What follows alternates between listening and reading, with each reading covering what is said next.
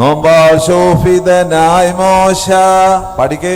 നോമ്പാൽ ശോഭിതനായി മോശ പരമോന്നതനെ ദർശിച്ചു.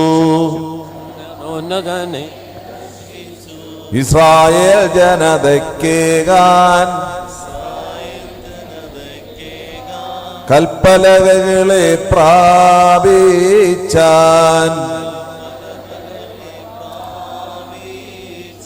ഇച്ചിരൂടെ ഉറച്ച ശബ്ദത്തിൽ പാടിക്കേ. എല്ലാവരുടെയും ശബ്ദം കേൾക്കട്ടെ. നമുക്ക് പാടാം, നമുക്ക് പാടാം. ആഹാരത്തോടൊപ്പം നിൻ വായ് ദുർവചനം വെടിയേണം. രാജാവേറും വാതിലു അന്യായം പൂകീടല്ലേ.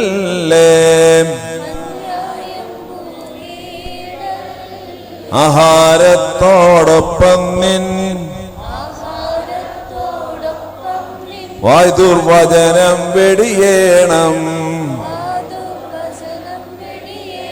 രാജാവേറും വാതിലിലോ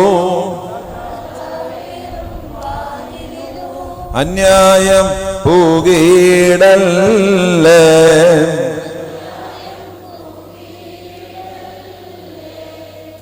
എന്താ ഈ പാടിയെന്ന് മനസ്സിലായോ? മോശ നോമ്പ് നോറ്റപ്പോഴ് മോശയ്ക്ക് 2-3 കാര്യങ്ങൾ ഉണ്ടായി, കിട്ടി എന്നാ പറഞ്ഞത് ആയത്തെ സ്റ്റാൻസയിൽ. ഒന്നാമത് കിട്ടിയ എന്തോ അറിയാമോ?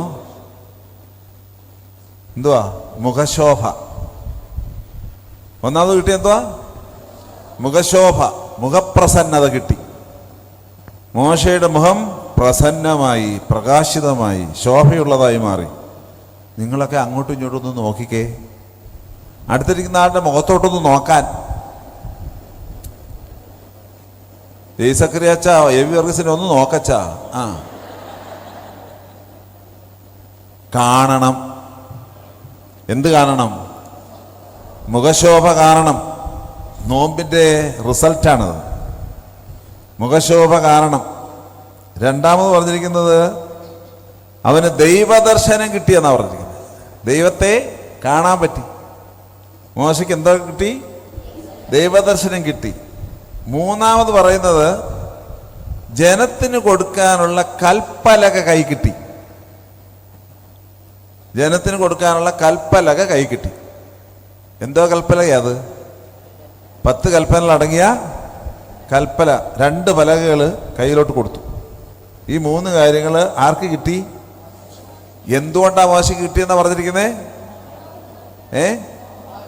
നോമ്പ് അനുഷ്ഠിച്ചതുകൊണ്ട്. അപ്പൊ ഈ നോമ്പ് എന്തിനാ അനുഷ്ഠിക്കുന്നതെന്നൊക്കെ ചോദിക്കാറില്ലേ നിങ്ങൾ? അതിൻ്റെ ഉത്തരം നമ്മുടെ ആരാധനക്രമം മാത്രം നോക്കിയാൽ മതി. ഞാൻ ഇന്നത്തെ കാര്യമാണ് പറഞ്ഞത്. ഇനി ഓരോ ദിവസവും ഇതുപോലെ ഉണ്ട്. പക്ഷെ എങ്ങനെ നോമ്പ് നോക്കണമെന്നുള്ളതാണ് രണ്ടാമത് പാടി സ്റ്റാൻസയിലുള്ളത്. എന്തോ പാടിയത്? ആഹാരത്തോടൊപ്പം നിൻ വായ് ദുർവചനം. പിന്നെന്തുവാ? രാജാവേറും വാതിലോ അന്യായം പൂകീടല്ലേ. വല്ലോ മനസ്സിലായോ? ആഹാരം മേടിച്ചാൽ മാത്രം പോരാ, പിന്നെന്ത് വേണം? വായിൽ നിന്ന് വരുന്ന വാക്കുകളെ സൂക്ഷിക്കണം. വായ് ദുർവചനം വെടിയണം. കാരണം പറയുന്നുണ്ട്. എന്താ കാരണം? രാജാവേറും വാതിലിലോ അന്യായം പൂകീടല്ലേ. ഇവിടെ ഇരിക്കുന്ന എല്ലാവരും ഓർത്തഡോക്സുകാരില്ലേ? ചിലപ്പോൾ ആരെങ്കിലും കാണുമായിരിക്കും വേറെ. ആയിക്കോട്ടെ, എന്നാലും ഞാൻ പറയാ, നമ്മുടെ വായിലൂടെ നാം എല്ലാ ഞായറാഴ്ച സ്വീകരിക്കുന്നത് എന്താ? വിശുദ്ധ കുർബാന. കൂദാശകൾ സ്വീകരിക്കുന്ന വായിലൂടെ അന്യായം പുറത്തേക്ക് വരാൻ പാടില്ല എന്നാണ് പറയുന്നത്. കൂദാശകൾ, വിശുദ്ധ കുർബാന സ്വീകരിക്കുന്ന വായിലൂടെ അന്യായം പുറത്തേക്ക് വരരുത്, അന്യായം അകത്തേക്കും പ്രവേശിപ്പിക്കരുത്. അതാണ് നോമ്പ്. അപ്പോൾ എന്തിനാണ് നോമ്പ് നോക്കുന്നതെന്ന് വെച്ചാൽ ഭക്ഷണം മേടിയാൻ വേണ്ടി മാത്രമല്ല. ആണോ?